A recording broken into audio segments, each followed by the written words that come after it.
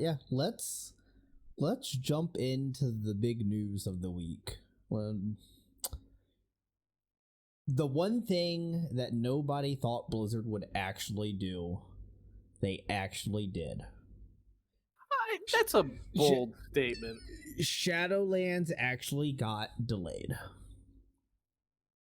I mean, I was with Cody. I didn't think it was gonna happen. But here's the thing: is everybody said it needs to get delayed, right? Because beta is still in a really bad state. Things are unfinished. A lot of the major systems aren't working, but no one thought they actually would, because over the last couple years we've become accustomed to Blizzard putting out buggy messes at the start and fixing things as they go on, even when the community is saying it's not ready yet. I mean, think about it. The last time that they actually delayed a launch like this after they had given it's coming out on this day was BC. Yep. And BC was great. Yep. I mean, it kind of puts things in perspective when you go through and you're doing a +2 and you deplete a key on a +2 because the last boss is so bugged, it just drops you through a platform repeatedly and over and over and over again, and you just rack up 30 deaths on the last boss because you're just falling through to a mechanic that you can't actually fix. Yikes. Is that what happened to you? What dungeon is that? The other side is when you're going through the portals on Mazula or whatever the hell his last boss name is. Mazala? Bwomsamdi's boss. Yeah, Bwomsamdi's boss. He, you go through portals and you have to beat avatars on the other side, but when you go through the portal, there's about a 1 in 2 chance of you going through the floor and just dying instantly. So I don't know if it's that boss specifically, but I've heard there was some other bosses, at least earlier in the beta too, to where it wasn't just players falling through the floor, it was spells and stuff would also fall through the floor and things just wouldn't work that way. So I don't know if that's the same boss or... No, there's one in, what is it, James? Necrotic Awake that we did, where the Hunter Volley doesn't trigger in that one room with the Fleshcrafter. Yeah. Yeah, there's literally a room where Hunter's Volley just doesn't work. The boss that you have to grip using the Abomination, we had a Hunter in the run, and he clearly used Volley, and there was no damage on the... It did no damage. Because so maybe that's the fight they were talking about. I don't remember who it was, but it was someone who plays Ret was saying their Divine Storm was doing the same thing. They were using it, but it wasn't doing any damage because the animation was basically falling through the floor and not actually hitting anything.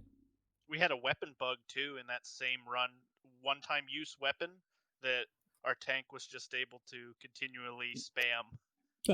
50k DPS, by the way. And this is all this week that you guys have been testing. Yeah, this is all within the last 48 hours. That same dungeon, they also changed the first boss's fight mechanics slightly, so they're still making it's never been this late that I can remember that they're still changing actual fight mechanics and stuff. Usually it's just bug fixing and tuning, but there's so much more work that needs to be done. And I mean, that's kind of one of the other things that I saw a lot of people talking about, after they announced the delay, is when's the last time in a beta you saw them still raid testing a month before launch? I mean, they did that for BFA, they did that for Legion. That's not abnormal because I still have, half a month before the raid actually launches, even after the bosses, after the actual expansion goes live. So, I mean, that didn't worry me as much as just seeing the vast amount of bugs and things that are still in the game. We're still finding, there's a handful of us that are going through the quest stuff, and there's quest text that we're finding that's still bugged, and that's not proper and not correct. They need more time to polish it. I think this was the right choice.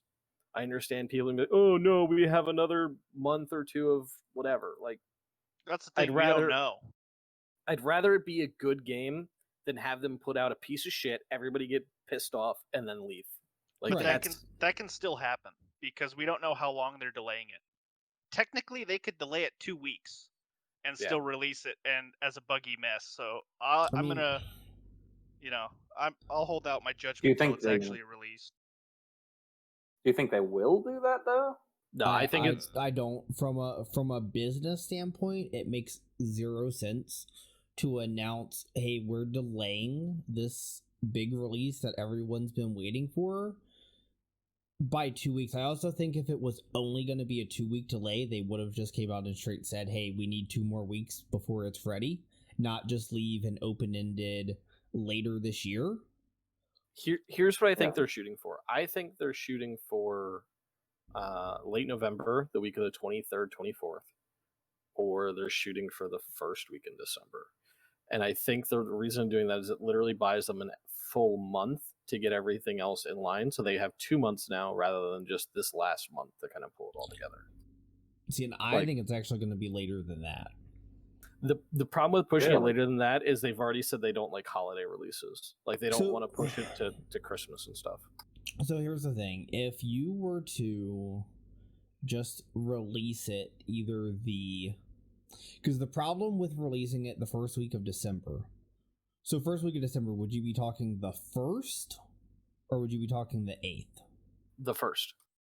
So your problem with releasing it the 1st, which I understand they don't like holiday releases, but game launches the 1st, Mythic Plus comes out the 8th. No. So that's the thing. I know what you're going with. What people are saying is if they release it either the 1st or the 8th, they wouldn't drop the raid until the new year. They would basically give us an elongated first round of content until raid. That makes sense. I would much rather them drop it on the, let's say, the 15th, because that would still actually line up with your raid launching January, but it would be your same timeline as they had already given. So it would launch on the 15th. You have your Mythic Plus on the 22nd. You have your normal Heroic come out the 29th. And that would put your Mythic launch on the 5th of January, which would be after the holidays. Because watching some of the World First Raiders and their streams, you don't want your big World First race going on why 90% of your team is out for 2 weeks on vacation. Well, you're going to have that anyway, because you're going to be making people do that during split weeks of Heroic. Like, that's the problem I see with that statement, is that if you're dropping it there, you're still going to make them miss out on either Heroic splits, or you're going to have them miss out on other things. Which is why what I think they're going to do is I think they're just going to stretch that first downtime period of, we don't have raids yet, but enjoy your Mythic Zeros for a bit and gear up your characters. That would be the smartest way. What if they really pushed the 2020 date and went, like December 31st? Kind of like 8/3 was January, right? I'd be fine with that. Yeah, I mean, I'd be fine with it. I just think that you'd get a lot of pushback if you drop it December 31st. Because you got New Year's. I mean, it would be the 29th would technically be the launch, because that would be that Tuesday. Would be the 29th. I would think like November 30th might be a sweet spot. You're after Black Friday, you're still in November by a day. You've got 4 weeks till Christmas. You can elongate a little bit if you need to. To me, that would be the sweet spot. I mean, here's the other thing too, and I was talking about this earlier today with Seals, is if they drop it at the beginning of December and they give you that elongated period of time before the raid actually comes out, you're probably looking at a very short race for World First with all that extra time those guilds have to farm gear at that point. Stygia for conduits, sockets, just a lot more. Yeah, that's all right. Mythic Plus gear and stuff like that. I mean, those races aren't meant to last a super long time anyway. I mean, we're talking about the first tier of the raid. Like, this isn't... I don't expect this to be Gahoon level of nonsense where it's, like, so overly tuned and overly broken that it takes 2.5 weeks to kill. Like, I think this if we get it down in the first reset, maybe is probably what it's going to be. Yeah, I mean, so I was watching Max earlier this week, and someone actually asked like, what for those top end guilds? What do they consider a well tuned raid? Because obviously you've had both ends, right? You've had Emerald Nightmare back in Legion, which was so undertuned that everything died, including Xavius in the very first week. Things just fell over. Well, hold on. Let's correct that. Xavius wasn't undertuned. What was overtuned? What they didn't account for was the fact that people would spend their life in the Maw of Souls and cap out on Azerite power, whatever it was at the time, their artifact power, and cap their stuff and get like concordance ranks already. So you have that, but you also have some of the ones that went too long, which I think was Gahoon actually a full 2.5 weeks, like 2 full resets. Gahoon took a while. I don't know if it was a full 2.5 weeks, but you also have to remember they got hard stuck on Fetid. Yeah, I mean, Like, Fetid was yep, overtuned Fetid though. was Like overtuned. Fetid was not actually possible until they fixed Whoa, it. we don't throw those terms around. I'm sorry. You just had to switch faster. Yeah, just swap faster, forehead. So basically, the answer to the question though was between 9 to 12 days is what they consider a well-tuned raid for World First, which is 1 full week and then maybe a day or two after that first reset. And I am looking up at the breakdown right now. I don't mean to interrupt, but it was 8 days for Gahoon. So just past the first reset. Yeah, they just pulled into the second week basically. So yeah. they said that was kind of the answer, was like between 9 to 12 days is what they consider like a well-tuned raid for Mythic Plus, which is about what you got all this expansion. So 8 days for Gahoon. I think it was 8 days for Jaina? It was 7. Seven days of Jaina. Method got the second kill before limit. Yeah, right. Method got 1 and 2 on before their reset. Yeah. So 7 on Jaina. You had, I think Ashara was either 9 or 10. You're missing one. Ooh, not. No, he didn't miss anything worth mentioning. Oof. Yeah, I think Jaina was 9 or 10. No, he just Oh, said what Jaina was 7. Jaina was 12 days. I'm sorry, not Jaina. Ashara. Or Ashara. Ashara. Yeah, Ashara was 12. I was gonna say I'm looking at the Ashara right took thing. a little bit after that first reset, and then obviously you had Nazoth, which was what, 9 days? That was 10 days. 10 days. I've got the whole Method history website lined up, showing all the kills. So pretty much every raid this expansion was kind of well tuned, outside of a couple outliers like Fetid, which was way overtuned initially.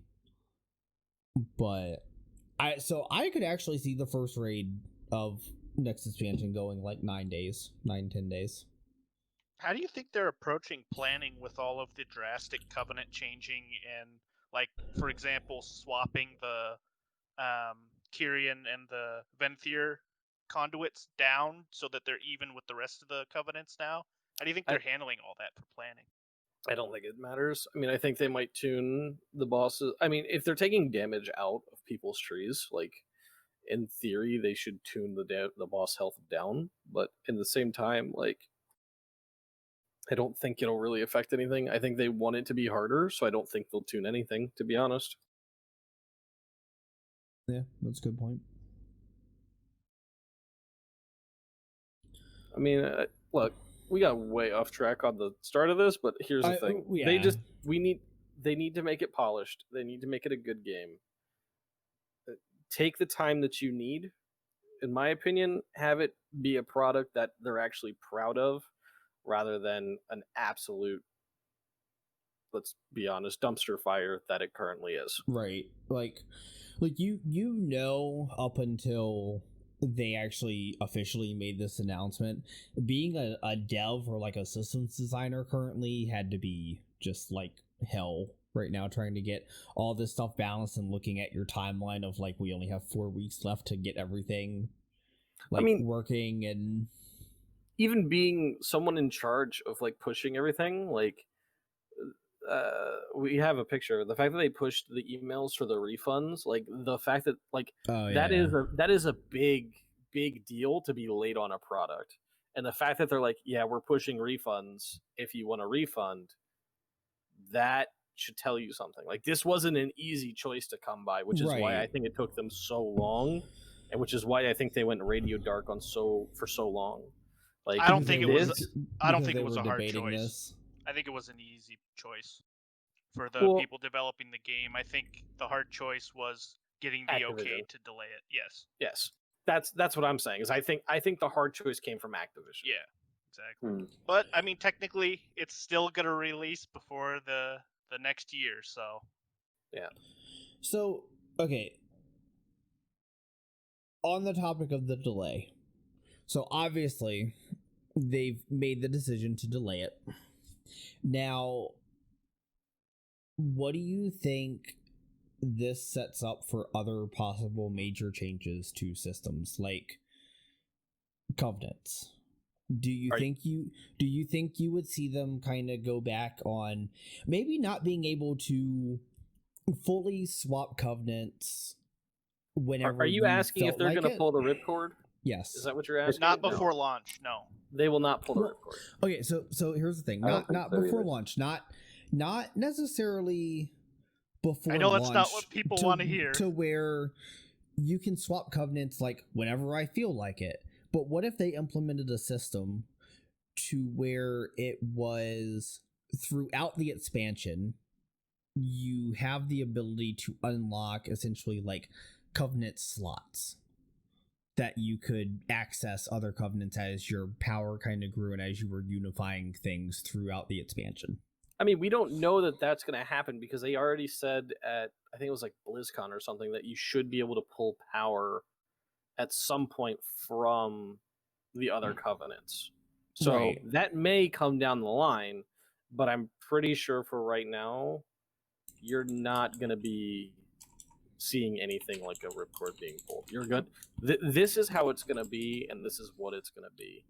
And I think it's okay. I don't think it's a completely terrible system, but I mean, it could be improved.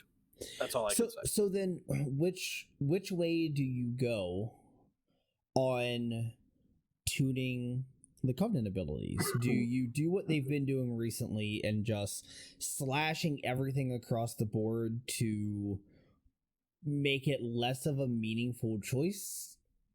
And one way to put it, for which covenant you pick, because everything is so close together, but the abilities become not super fun to play with at that point because they don't do a whole lot?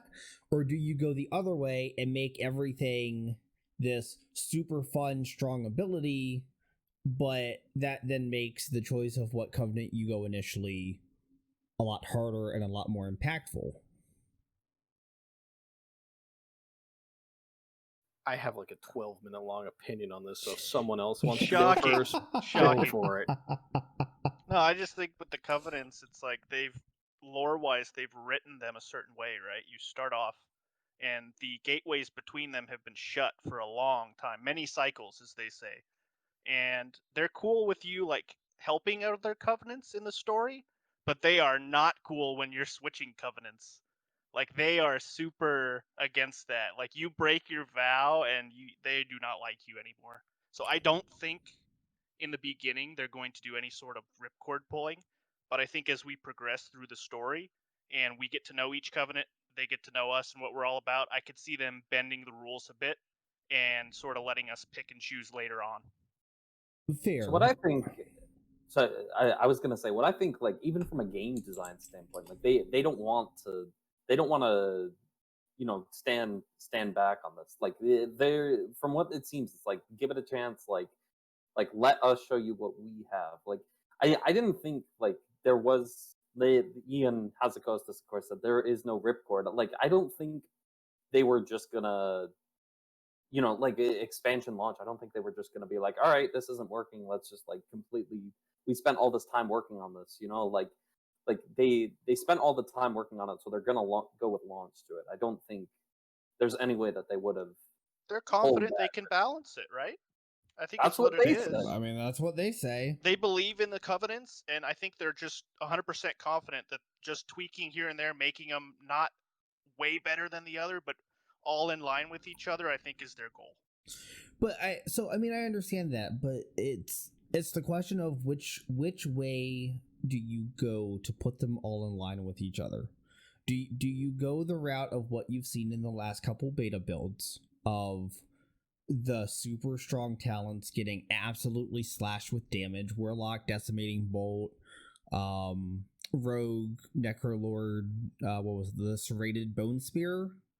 Well, And, so so do you slash everything power wise and bring them down in power level to make them less of a meaningful choice, or do you go the other way and make everything like the super fun powerful ability, but it makes your initial choice of what covenant to go more difficult? I mean, you saw it this week, and I'm gonna agree and disagree on some points. They have been bringing abilities in line because some of the abilities come in very overtuned, so they're dropping those abilities down. Like Blue DK, I think everybody knew that Blue DK was really overtuned. And with saying that, they brought Blue DK down, but they also, in the same time, they buffed Necrolord and they buffed Kyrian DK damage and just pure what they do. So they're making changes on that front to where they're nerfing what's OP and they're bringing the other ones in line to where it is. I think you're going to find a happy medium because you're right. It has to be a button that is meaningful, right? You don't want it to be a TD where it's like, okay, it's just random procs and everything else. You want it to be a meaningful ability in something that you're like, okay, this was a good choice to make, no matter what kind of situation you're in. Right, exactly.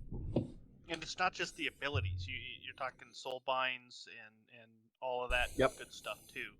The soul binds, the conduits. I think it'd be else. really dangerous to do big nerfs like that during live service. I think if you're asking me like what's fun and not fun, that's not fun. If you're playing the best spec because you're trying to get, you're in maybe a famed slayer race, and your spec gets nerfed and you have to re-roll. Right. You have to wait at least a week. That's just not going to work. I mean, that honestly, that's the bigger system they need to fix is the soulbind and conduit system with that week-long lockout. Okay, well, there's something that's kind of getting lost in translation because I was confused on it too until I saw it. You can set up two different soulbind trees, so like you can have Pelagos, Keela, and whatever. You can have one set up as tank, one set up as healer, one set up as DPS, and you can activate those anytime you want. There is no lockout on that. What's locked out is changing your conduits inside of those trees. So say you're like, okay, well, I want to have Keela as my tank, but I also need Keela as my damage. Well, you can't do that. Then you have to wait the week. But if you're like, okay, well, I want to use Keela as my tank, but Pelagos as my holy, you can then go, all right, I'm now healing this dungeon. Let me get Pelagos out. And it's just simply a click of a button in a rest area. Like, it's not terrible. Yeah, but they're not all equal. So I agree, but I mean, they're base. What they said at the beginning is they don't want your off spec to be as strong as your main spec, which I'm fine with. Which doing that makes it that choice of this is your main spec. This is what you're supposed to do. Okay, so here's the issue that I've heard is, so even if you're switching, does switching out ranks of conduits trigger that 7-day cooldown? No, because I was able to put mine in on the beta, upgraded, and it just went right in. Yeah, as any long as you upgrades have, automatically go. As long as you have that gem already, like in a soul bind. So you could get an upgrade for one that you don't have in the soul bind already, and making that one better, but you might not be able to put it in right away. You'd have to maybe wait a week if you've already used your weekly reroll. Okay, right. So doesn't that raise a bigger problem then? Because what if you run M+, you get an upgrade for a conduit from M+. Next night, you go to raid, you get an even better upgrade. Well, you already upgraded your one from M+, now you have to wait a whole week to upgrade your conduit from Raid again? No. So if you're upgrading a conduit you already have in, right? So like there's one for holy or for prop paladins where it's Avenger Shield causes your target to take 15% more holy damage. If I got a higher rank of that and it was like 18% holy damage, I would be able to upgrade that no matter what. Okay. If I then got another rank out of the raid that it was like 26% more holy damage, I would still be able to upgrade that no matter what. It's just the swapping of something else, which likelihood you're probably not going to swap to anything else. But because what he's Okay. saying though is like, let's say you have just one that's better, right? But in the raid you get one that makes the other one better just because it's a higher rank. Like you can't freely swap that in and out. Do you know what I'm saying? Like you have a better one that's only rank 1, but you get a rank 3 of a worse one, but it makes it better mathematically. You're screwed. Well, You have to wait. I can see that, but at least when I was on at least the tanks that I'm looking at, and I could be wrong, but the tanks that I've been messing around with, you're kind of locked into what you have choice-wise when it comes to damage. You don't have like a super wide array of, damaging or defensive ones. Yeah, I'm thinking as a DPS, I can see that being a huge problem as a DPS. Not to mention just I'm not really a big PvPer, but if you tell me like, okay, I pick my best soulbind for raid, right? Now I have to walk into PvP, which I'm already not good at, and I'm gonna be even worse because it's a shitty soulbind. That's just a terrible feeling to me. You're automatically at that disadvantage. Yeah, why even try? I'm bad to begin with, which is my own fault, and then I'm also walking in with a subpar spec against people that are optimized. So it's just I don't like the system. So yeah, I mean, It's like I was gonna say, it's like if you try to do anything right now, like on an alt without corruption, it feels really, really bad. Like for example, Kara and I have been doing a little bit of PvP before the season ends. I talked about that last week. We were doing arenas. So many players are stacking verse amp like on every single thing that they have. And if you don't have that, like they just straight up don't take damage, and we do take damage and we just get destroyed. Like it reminds me of that in a way. It's just like being without corruptions, being without the right soul lines or the right covenant. Like it's just like it seems doomed to fail. We want to compete at our best, right? That's just human nature. We want to be at our best when we compete, and this system does not allow that. You have to pick one area, and then you'll be optimized the best for that. All other areas you will be subpar. Yeah, so I don't know. To me, those are the two systems that really need something done with them during this delay. Is figuring something out with those, even if it's some kind of middle ground between what Blizzard wants with the game and what the players want, or something. It's the real easy way to do it is you just, and I think a lot of people can agree, you just take the timer off the changing conduits. You take the timer off changing conduits, and it's just people don't care that everything works so much better. Yeah, it's everything fun. Everything that is out of balance, people will see in balance, and it is what it is. Like, because if they're shooting to make the player base happy, that's what they do. Because I guess you can argue BFA started out that way with or not essences but traits, right? Wasn't there a cooldown on changing traits? No, there was a gold. Yeah, there's just an increase. Yeah. So I mean, people were trying to test all the different traits out and all that, and they got locked out because of, 20,000 to change one Azeroth. Yeah. So I mean, you can kind of argue that if you can swap Azeroth essences, which we currently have freely at any point in time, why not? Why can't you do that with the conduit system, which kind of equates to the same thing as essences in a way? They didn't want to put it behind a gold wall. That's what they didn't want to do. Is they just didn't want to put it behind a gold wall. So what they chose to do was put it behind a timer. But again, like, timers just don't work. Even if they put this behind a gold wall, I wouldn't mind that terribly. Right.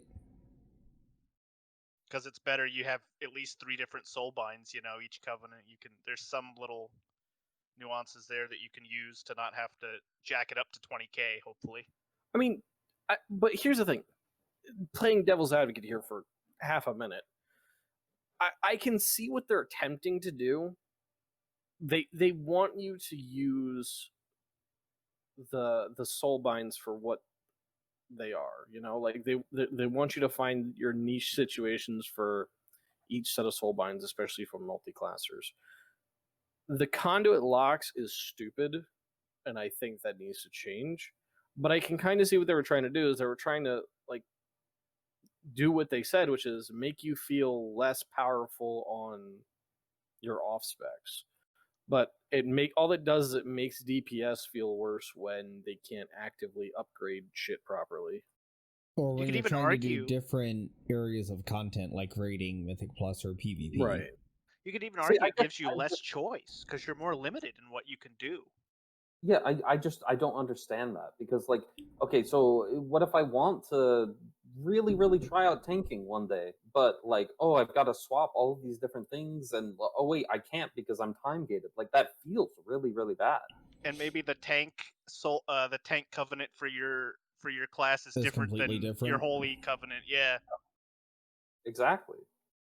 Like it's like keeping people away from like trying new things in a way. Yeah, it's just fewer choices. I just think if they just let the players have free reign, I think the players will be happy. So I mean, here's the thing: is Jim makes a really good point in chat. Is that they implemented dual specking in Wrath specifically for the reason they're trying to stop now, which is so people could play multiple roles at the best level that they could. So It was a different team, but yes, so I do now remember that. you're just trying to basically undo what you put into the game in that regard. But did these people put I that mean- into the game? Did this No, I mean team? it's a different team, but still Different philosophies, different views. Hi, unpopular opinion, hot take. It's an RPG game, I guess, and like I do feel like there should be some downside when you have 4, I don't want to say warring areas, but 4 areas that clearly don't like each other, and you're like, oh, give me your power, now give me your power, now give me your power, now give me your power. Like, as an RPG kind of person, I can understand what they're trying to do with going, yeah, no, we're limiting you behind, make your choice, this is your faction or what have you, and that's where you're going. Like they did it with Aldor and Scryer back in Shattrath. Mhm. Like Aldor had special patterns and Scryer had special patterns, and like there was purpose behind it. And I didn't really see a big uproar then. But like I don't know. Do you think Yeah. Aldor and Scryer's patterns and all that, like if you compare that to Covenant powers, like I feel like there's much more power. No, there absolutely powers. is. There absolutely is much more power, but it's like it's one of those things where you have to look at it as they're trying to make the RPG element of the game more forefront rather than, for lack of a better RPG term, murder hobo, where it's give me everything I want right now, and this is what I want to do it, and this is why I want to do it, and this is how I want to do it, and do it right now, no, like crack addicts, like Yeah, like yeah, They- for they sure. literally- Like the they lore wanna- implications and all that. Like yeah, like it doesn't make sense to be constantly like swapping through covenants and all that. Like why would they take you back and all that? Like I'm totally with you on that. Like I agree with that. It's just like the actual design and like balance of them is problematic. I think again, I just think people have kind of fallen away from the RPG aspect of the game and turned it more into like, let me do murder hobo madness for 12 hours a day, and then Right. let me do keys for 12 hours a day, and then let me PvP for 12 hours a day, and like, I don't know. I see what they're trying to do, and as someone who respects and appreciates RPG elements in games, especially this one, I understand. I get it. It's, yeah. I don't know. So final closing thoughts on the delay of Shadowlands. You mean our first section of the night that took fucking an hour at this point? Well, that's all we Yeah. got time for, people. Yeah. We'll see you next Yeah, week. pretty much. Jesus Christ. I think it's good. I said this already. I would rather them delay it as long as we need. Like, rather Yeah. than the game come out have it be a buggy mess. It's good. It sucks, but it's good. That's Take all the time you need, please. Take it all. my exact thought on it, is that it sucks it got delayed, but at the same time, I'm happy it got delayed because it's what it needed rather than giving us another buggy mess like BFA was at launch.